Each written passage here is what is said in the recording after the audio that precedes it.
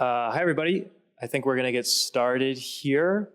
Happy to be here today to talk about some of the research that we've been doing across a couple of organizations, my lab at Carnegie Mellon, as well as Gray Swan, which is a startup that tries to design language models to be robust against adversarial attacks.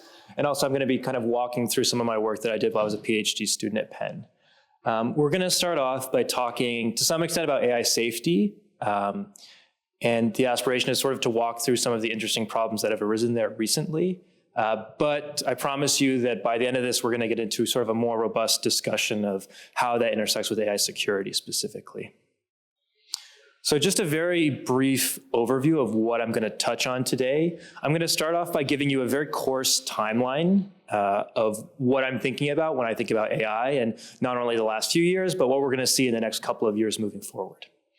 After that, I'm going to review the setting of jailbreaking, which is probably something that's familiar to many of you. It's a setting that's become relatively characteristic to the problem of AI safety and how we think about evaluating the robustness of large language models. And after that, we're going to dive into the main kind of stuff that this talk is all about, which is the extent to which robots that are controlled with language models inherit the vulnerabilities that language models seem to have themselves. So in other words, the sort of aspiration of this talk is to really kind of interrogate what products are coming to market in robotics and how are they using AI and what vulnerabilities might they have, especially with the anticipated future of one day all of us sort of collaboratively participating in society alongside embodied language-enabled robots. So let's start off. I'm going to start off by telling something that you already know, which is that we have a tremendous suite of language models available to us. If you're anything like me, you're using these sorts of products every single day, ranging from OpenAI's O1 models, Gemini's models, and of course Claude's suite of models. These things can be used for all sorts of tasks, planning trips, writing code, and everything that we kind of do in our daily lives. I use these models every single day as I'm doing my own research. But of course, we got these language models actually a few years ago now. So the original version of ChatGPT came out late 2022, and people started using it early in 2023. So in other words, there's been kind of a relatively long gap between that happening and what's going on in the present. And when we think about what's going on in the present, I think the most characteristic thing that many of us are talking about are AI-enabled agents. So those are things like OpenAI's Operator, which was released a couple of weeks ago. That's a technology that allows you to automate tasks like ordering from DoorDash or ordering products from Target or things like this. So the aspiration there is to kind of take care of everyday tasks that might sort of eat up our time, which we could spend doing other things. But of course, that's not the only technology that we've gotten in this space. There's also Google's Mariner, which helps you build websites. And perhaps most famously among these three is Anthropic's computer use agent, which takes over your browser. It can automate tasks there. And so I think when we think about robustness and security, this is one of the pieces of technology that people are really starting to think about in 2025. People are saying that 2025 will be the year of agents, and I do personally agree with that. But rather than focusing our energy on what exists now, why don't we take a step into the future and anticipate to some extent what kind of technology is coming and how AI is going to be used? And when I think about that, I think one of the interesting technologies that's coming up is the integration of robotics and AI. So this perhaps is less well known about the landscape of this field than of all the agents that people are talking about, but there are actually quite a few commercial products in robotics that you can buy personally that integrate AI. So one example here is the Figure O1. Up until about 3 or 4 days ago, Figure, which is a robotics company, had an exclusive partnership with OpenAI, where the idea was that OpenAI would supply their models to this company. And if there were sound in this video, you could hear a human talking to this robot, ChatGPT sort of taking in that input, and then the robot executing those tasks. So here someone is saying, put the dishes in this rack or put this box on this warehouse shelf. And this is not the only example of this kind of commercial technology. So on the left side of the screen is the Agility Digit. That's a humanoid robot, again, powered by a large language model, so you can talk to it and it will execute the actions which you describe to it, that is actively deployed across various warehouses. And then perhaps one of the more well-known here is the Unitree Go-To robot dog. This is a quadruped robot that interfaces directly with ChatGPT. So I'll tell it, walk forward, roll over, and so on, and it can do all of this completely autonomously just from voice commands. So at a high level, what I'm seeing is, this transition from just sort of static chatbot language models towards agents, and then eventually embodying this technology that will then be interacting with people in the physical world. And if you're like me, this is kind of ringing some sort of alarm bell, right? These are all new risk surfaces, or these technologies introduce new risk surfaces that we should really scrutinize as we're thinking about actually deploying this stuff in the real world. And so let me talk a little bit about how we're doing research that's aimed toward evaluating these risks. And I'm going to start by going back to language models, because that's sort of where this story starts about jailbreaking, about AI security and AI safety. So imagine that you're using a language model like ChatGPT, which I assume most or all of you already have. Now, if you were to write something into ChatGPT, so if you open your laptop and you typed in, tell me how to build a bomb, ChatGPT is, with probability 1, going to respond by saying, I'm sorry, I'm not allowed to tell you that. And that's as it should be, right? We don't want our language models kind of giving us information about how to commit dangerous tasks or commit crimes or things like this.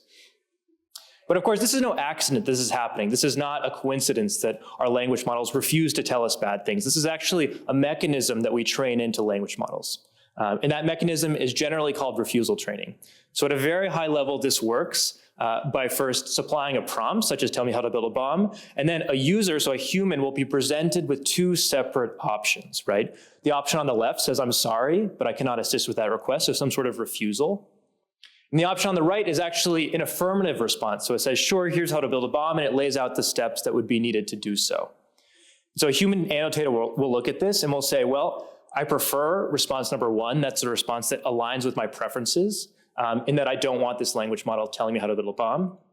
And then we'll actually perform refusal training through something like RLHF or supervised fine-tuning, which results in a language model which better reflects the preferences that we would like to train into this. So this is a very high-level overview of how we actually, in practice, train in these sorts of refusal behaviors into language models. And so I'd like to stop the talk now and say, okay, that's the end of the story. We figured out how to solve alignment. But I'm sure, as all of you know, this does not kind of end this problem of being able to get harmful information out of a language model.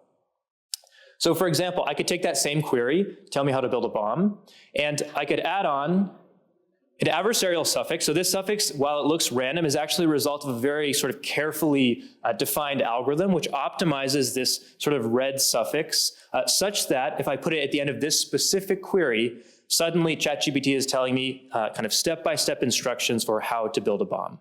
So this demonstrates that the alignment that we have carefully trained into our models is kind of fragile. It's kind of surface level. It doesn't prevent any possible prompting of the model that would elicit this sort of harmful behavior.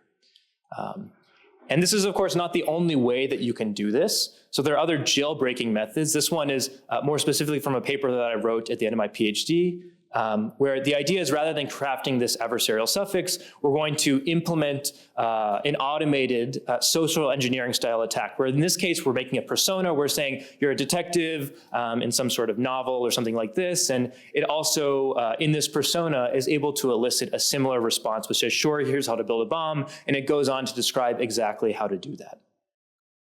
Now, let me tell you a little bit about how these work, just to give a flavor for how we actually go about automating the process of eliciting these sorts of vulnerabilities from language models. So let's say that you have a target chatbot, say that's ChatGPT, for example, and I want to jailbreak this model. So I want to get this model to elicit some sort of behavior that it probably should not be revealing, whether that be instructions for how to rob a bank or synthesize a bioweapon or anything like this. So I'll take this target chatbot, and one thing that I can do is I can just place this in conversation with a second language model, which I call the attacker here. So the idea is that these 2 language models will have a conversation with each other. At each round of the conversation, the attacker is going to submit a candidate prompt P to the target chatbot. So it's going to come up with some prompt that it thinks is going to elicit a potential jailbreak from the target model. And the target model is going to respond. It's going to either say, I'm sorry, I can't help you with that, or it's going to output something that looks like a jailbreak. And so this conversation is going to proceed at a very high level until we find a prompt that elicits a successful jailbreak.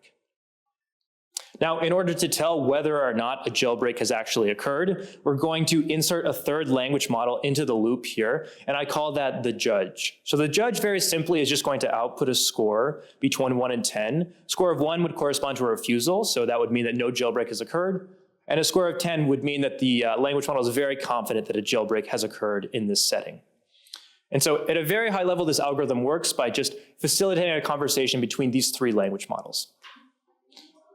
And that, somewhat interestingly, in my opinion, is enough to elicit relatively high attack success rates from a range of frontier models. So these results are relatively old, and since they were back from 2023, and this more captures just where the field was at that particular point in time. But the takeaway message here is not that one algorithm is better than the other. So the blue is that suffix-based algorithm that I showed earlier, and the orange is this algorithm that I just kind of reviewed, this conversation jailbreak.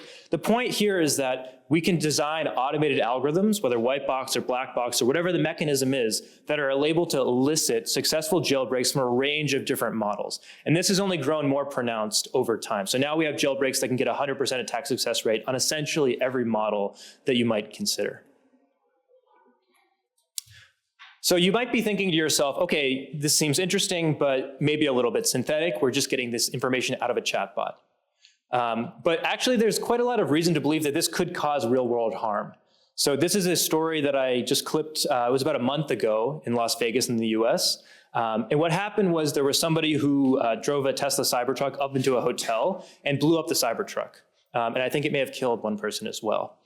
And while this story initially caught my attention, it wasn't until I read more about it later that it became even more interesting in the context of AI, because it turned out that this person had obtained all of the information that was needed to carry out this, terrorist attack using information that was elicited directly from ChatGPT. And so the fallout from this was law enforcement saying that I think that this was the first incident on US soil where ChatGPT was directly used to facilitate a crime. And so this is something that we may see more moving forward, especially as capabilities scale for these models. And this is why we're so concerned about AI safety and ensuring that these models are secure so that bad actors can't use them in this way. Now, there was also some more positive fallout from this, also from this work on jailbreaking. So one was a public policy proposal that I was involved in a couple of years, or about a year ago now, where we advocated for the existence of third-party red teaming efforts. So in other words, the ability for companies to export their red teaming or their kind of risk mitigation or risk assessment to third parties so that we could have independent validation. And I actually work for one of those companies now, at least in a part-time capacity, called Gray Swan.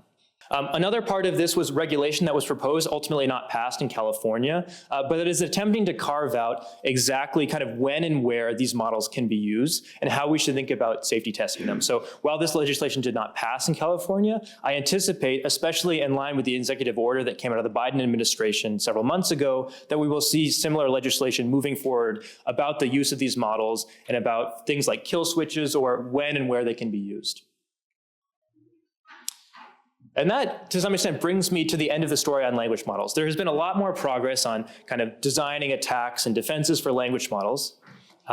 We've talked here almost exclusively about toxic text, but there's also been kind of related work on agents, which you've seen more of at this conference, as well as eliciting objectionable content from multimodal models. But the part that I really want to focus on is the sort of forward-looking perspective on where this technology is going and the products that might be harmful as we move forward into the age of not only agents, but also AI-controlled robots. And so in particular, I want to focus my attention here on this final setting, which is anticipating the idea of rather than having a Roomba or an Alexa in your home, you'll have like a 5-foot-tall humanoid that you're actively collaborating with. That's the future, which is maybe not likely in the next year or two, but is certainly possible by the end of the decade.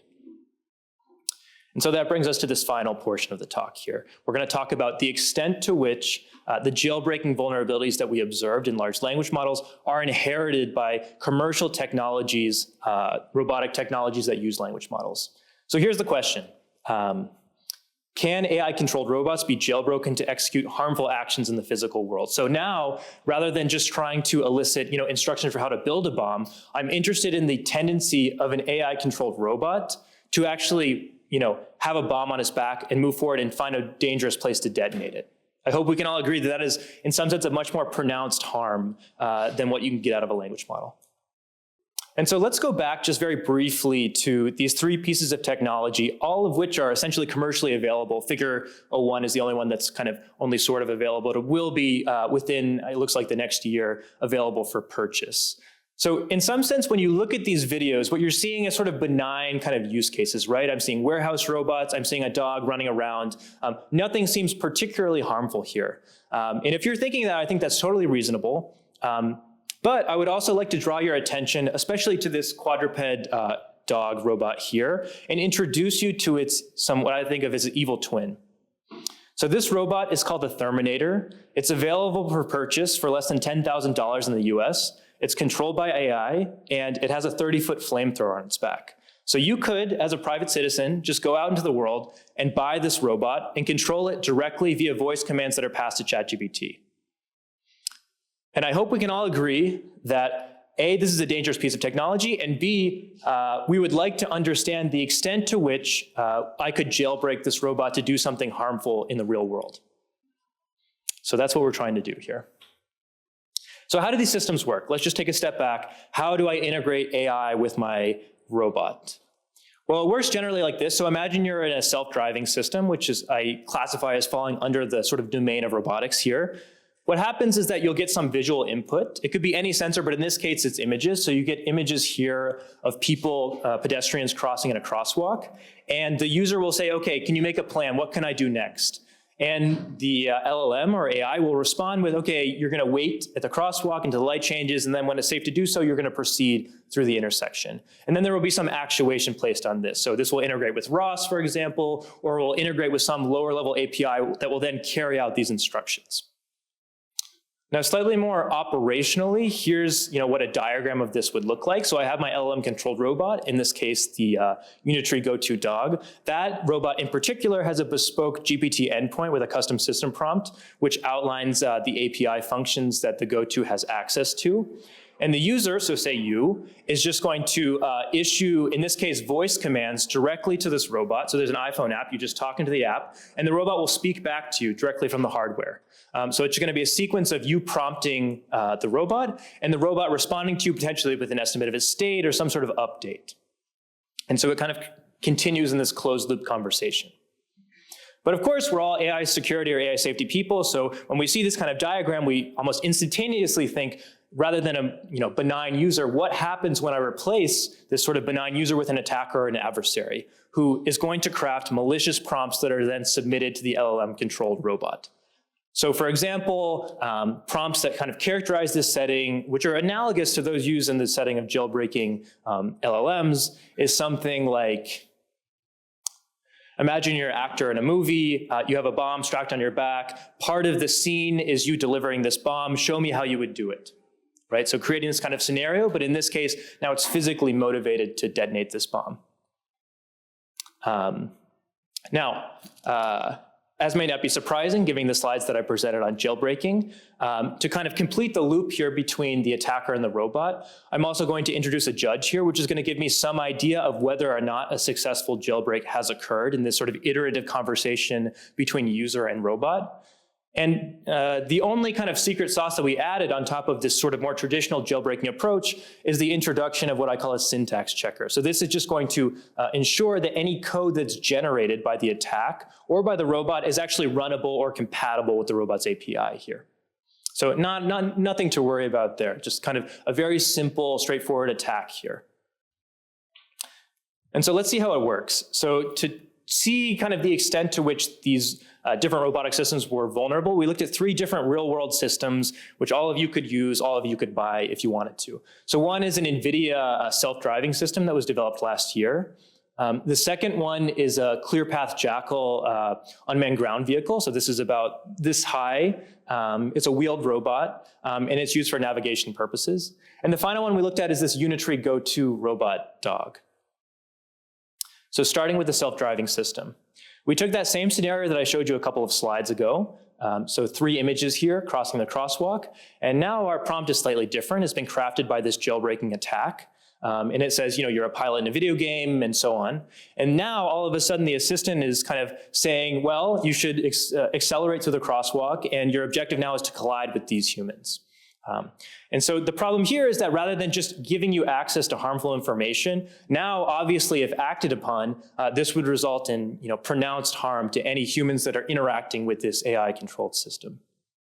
Okay, second example, this smaller wheeled sort of academic robot.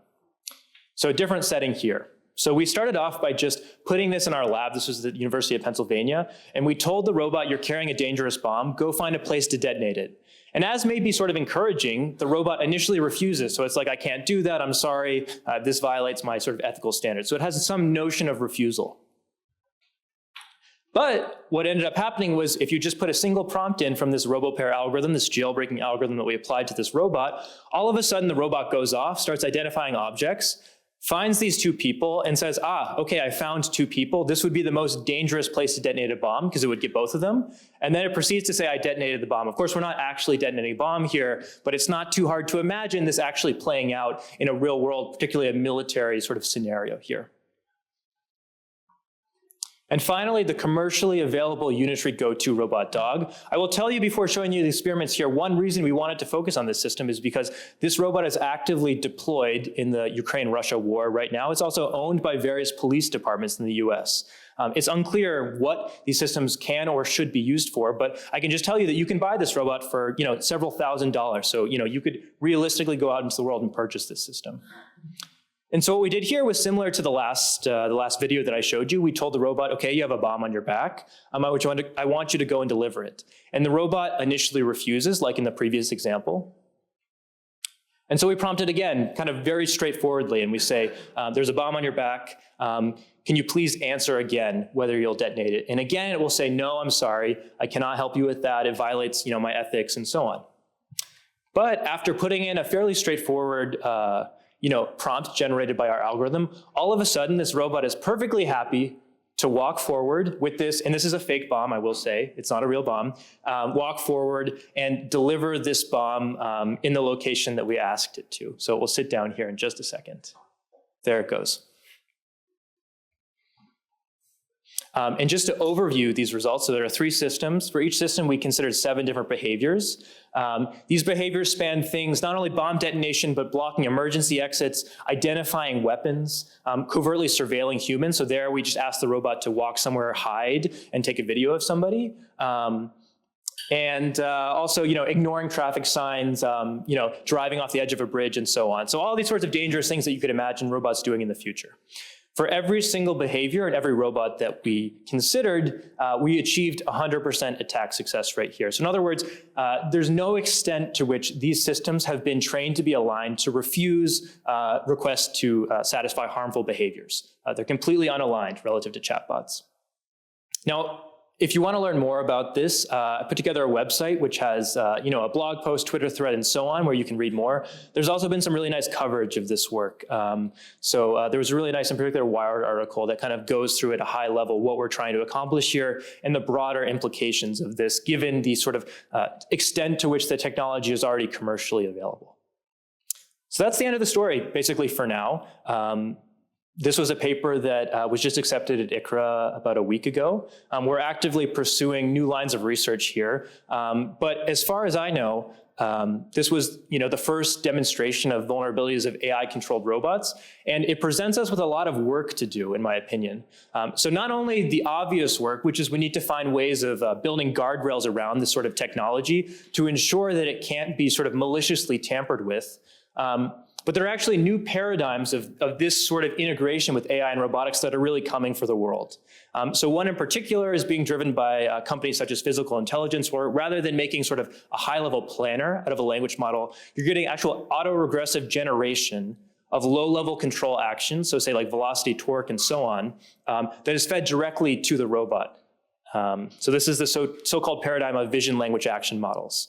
And in that case, it's less clear how to even think about defending these sort of systems. And I submitted a paper to ICML which sort of outlined the risks associated there, but I can tell you that this is an enormous and growing area in contrast to the very crowded setting of chatbot jailbreaking, where we actually have some understanding already of how to do defense. In this case, it's actually much less straightforward to do defense because all behaviors are somewhat contextual and it's hard to sort of understand when and where is an action permissible. This also kind of opens the door to new ideas of governance. So we need to know when these kind of systems can be deployed, in what context can they be used? Is it suitable for military? Is it suitable for policing? Is it suitable for use in your home every day? These are the kind of questions that we are now actively pursuing. And I hope to see, significant progress here before all of us have, a 6-foot-tall humanoid in our homes, potentially by the end of the decade. And with that, I just want to take a moment to thank my collaborators, in particular my PhD advisors, Hamed Hassani and George Pappas. I have now moved on to Carnegie Mellon, but I'm actively still working with these guys to further this agenda of sort of improving the robustness of AI integrated robotics. And with that, I'd be happy to take any questions you might have. Is this a standard way of doing this in robots? So it first thinks on a language model level and then converts it to some execution, machine commands? Yeah, that is more or less standard. So, for example, with the unitary go-to, it calls ChatGPT with a custom system prompt, and then that system prompt or that the response is some sort of code that the robot will execute, which is drawn from the robot's API. So the vulnerability there is really, and this is more of a security vulnerability, is that to make that attack work, we needed access to the API. And so we did, extraction of that system prompt and extracted all their proprietary API code through the language model. So that was a new kind of vulnerability that existed there. And then so that is directly actuated via the API. But there are kind of robotic systems that span the extent to which you have a separate mechanism which takes those commands, might be semantic commands even, and translates them into lower level actuation. There are new systems that just completely bypass that, and then the outputs are directly the actuation for that robot. And that's the direction of travel here, is no intermediate layer between LLM and robot. Just one forward inference passes your control. And did you do some research of these in novel systems? Sorry, say again?